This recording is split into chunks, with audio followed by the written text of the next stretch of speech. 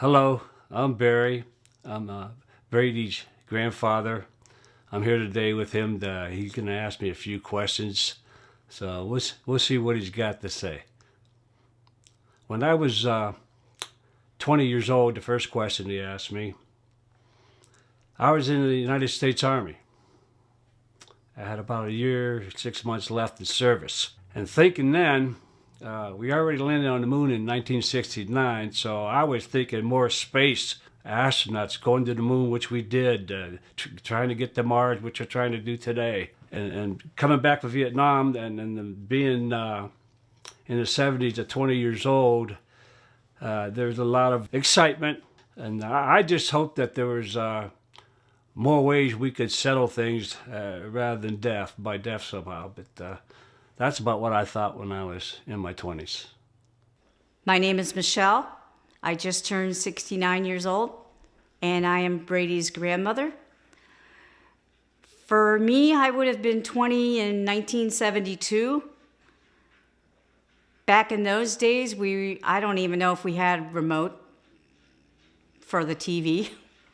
We did start having videos that we could put in a beta system so we could watch movies. But as far as in visualizing where we're at today with technology, I wouldn't have been able to forecast that. So I can't believe where we're at now and where we're heading. And back then, I definitely didn't visualize that at all. When I was 20 years old, I was thinking about my future.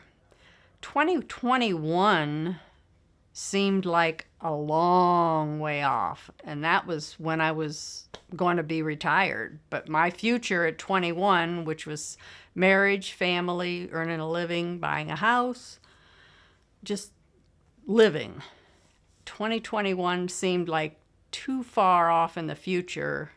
My idea when I was 20 was the immediate time, I guess, just the family, and then not so far down the road as to into 2021. What did I think the year 2021 would be like when I was 20 years old? I don't think I really thought about 2021 very much. At that time, I was just graduated high school. I had a job. I was just starting. I bought my first house, and I was most concerned about more of the present than I was the future. I just figured it would come when it came. If there was one thing I could change about humanity, it would be all the violence in the world. Not only just in wars, but right here in our own country, all the gun violence, the killing, even here on our own streets. Me personally, I would change my goals. Being in the military, that was great. That was one of the steps to my goal. But it teaches you leadership, courage, and the reality in life. To answer that question, Brady, I'd say I would like to be President of the United States. Well, the one thing I think I wish could be changed from the past is that people could be nicer to each other. And ever since I've been a kid, I don't think that's happened.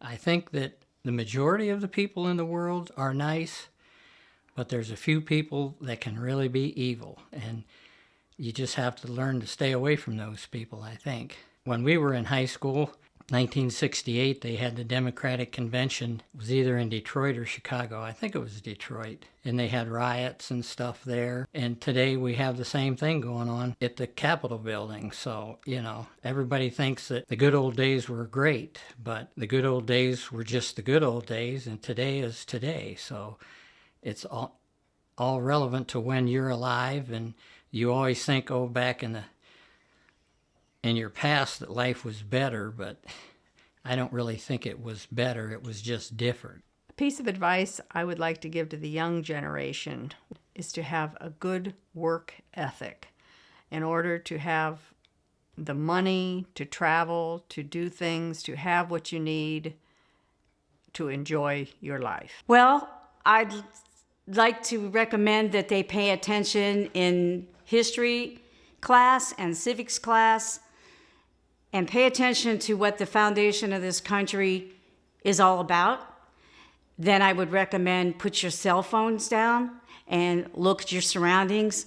Back when I grew up, we didn't have cell phones. We had to use maps. We had to just trust our instincts, and we survived. But I think this generation is missing too much by being too zoned in to their cell phones.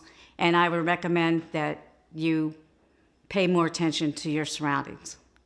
If I could give today's generation one piece of advice, which for me is hard to do, I would tell them, don't worry about growing up so fast.